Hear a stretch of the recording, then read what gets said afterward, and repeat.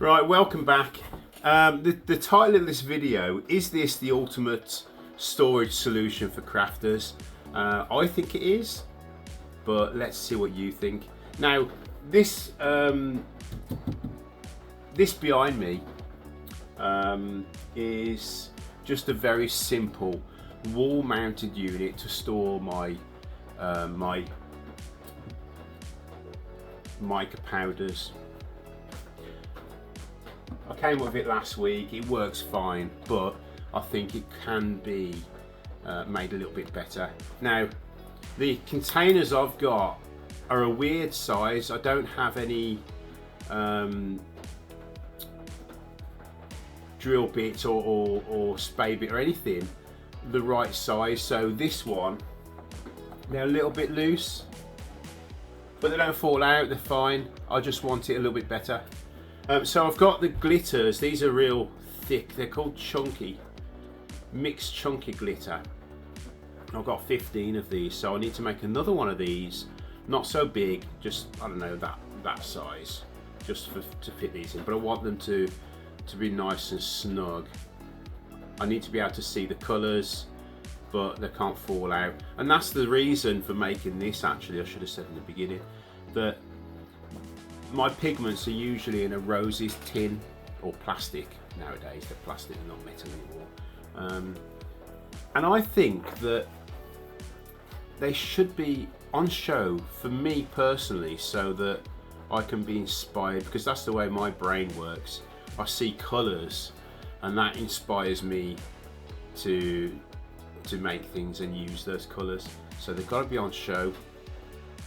Not for you guys necessarily, but for me really. So that's what we're going to do in this video. We're going to make another one of those, a smaller version. We're going to use a CNC machine because I want this the right size. And I know not everybody's got a CNC machine. I mean, they are coming down in price, but there's a lot to them. There's there's understanding, and I'm not saying you're not going to understand it. It's a learning curve. So not only you got to learn about the machine itself, you got to learn about the software that you need, and how to make that work with the machine. Anyway, enough rambling. I hope you enjoy this video, and tell me what you think. Do you like the idea? Would it work for you? Can we make it work for other applications? I don't know. Anyway, I'll see you at the end.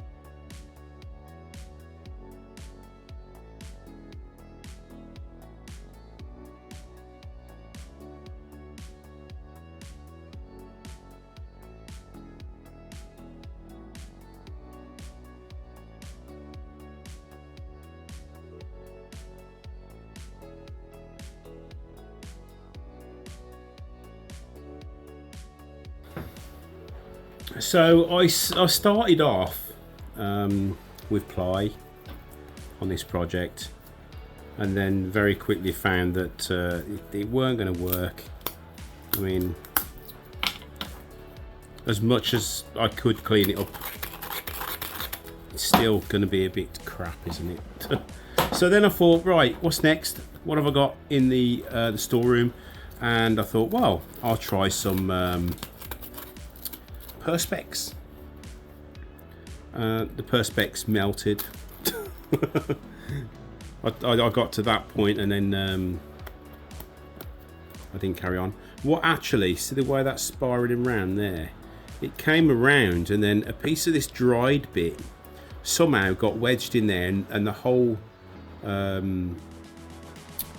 bit jumped across a little bit and then started going off on its own. So I thought, right, that's crap as well. And then I discovered I had some of this. This is like, it's plastic, but it's got a nice thick aluminium coating on each side. And what they use this for is like signage. Like they print on it, and I don't know, it's weather resistant and that sort of thing. So I thought I'll try that. And there we have it. I don't know what happened with this last one here. Jumped down a little bit. I don't know what I did wrong, but it's obviously it's on the both. I had to keep it the same to match it. But there we are. This is going to work perfect. So next step is to make some spacers from between and glue them in.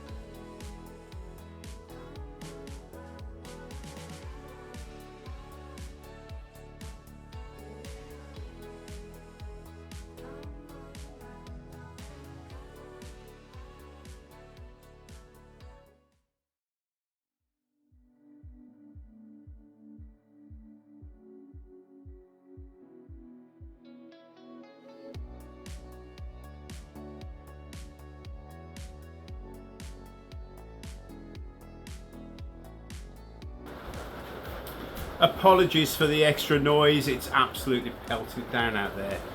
I mean, I can see it now, I've got a new window. Anyway, thanks for watching. I really enjoyed this little project. It's nice to break out the CNC every now and again and get used to the, get using the program again. I use easel, so although it's an easy program, when you stop using these things for a while, you tend to forget things, but it comes back real quick. So that's a great little addition to the workshop. I can see the colours I've got there now, instead of them being stuck in a box. But anyway, I thought I'd throw this little video up because I'm working on quite a big project for a big tool company. That's going to be coming up maybe next week or the week after. But I'll tell you more about that when it comes to it. Anyway, thanks for watching. Please hit that subscribe button and the like, and leave me a comment. I answer all my comments, and most of all, share it out, guys. Let's spread ourselves across at the moment. YouTube is kind of promoting the shorts. It's not promoting the the videos that people spend a lot of time doing, which is a bit naughty, to be honest. Anyway, I'll see you next time.